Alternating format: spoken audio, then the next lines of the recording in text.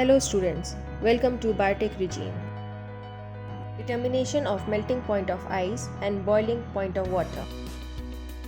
Change in temperature can result in interconversion of the states of matter. For example, when ice is heated, it changes to water, and when water is heated, it changes to gas.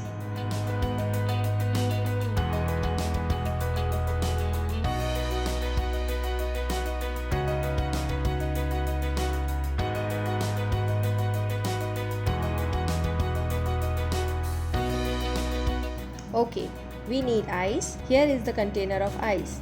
We can measure the temperature of the crushed ice using a thermometer. The temperature of the crushed ice is 0 degrees Celsius. To melt the ice, we need a Bunsen burner kept beneath a tripod stand. We put a gauze net over the stand to allow uniform heating of the beaker. Do make sure that the thermometer is a couple of centimeters above the bottom of the beaker.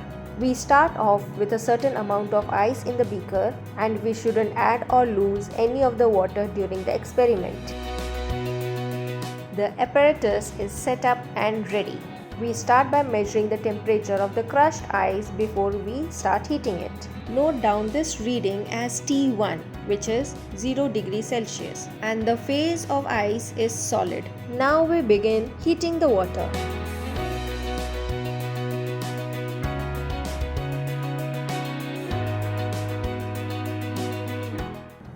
We can see that the ice is beginning to melt. Keep a continuous constant watch on the temperature. After a minute, the temperature is still 0 degrees Celsius. The ice is gradually melting, but there are still big chunks of ice present. Continue heating the beaker. After 2 minutes, we see that most of the ice has melted.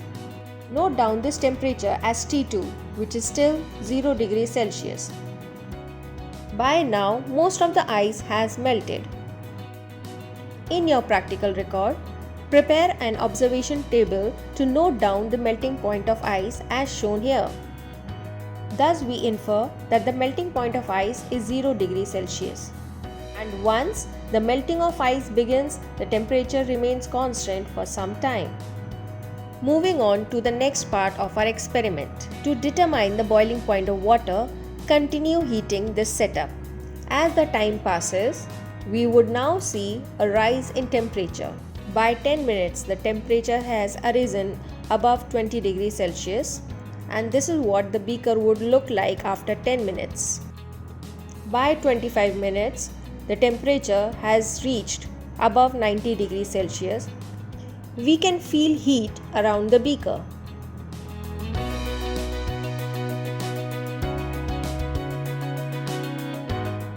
At around 34 minutes, the temperature has reached 99 degrees Celsius. The water has begun to boil. We can see bubbles rising in the water. And by 35 minutes, the temperature has reached 100 degrees Celsius and the water is boiling. Note down this reading also.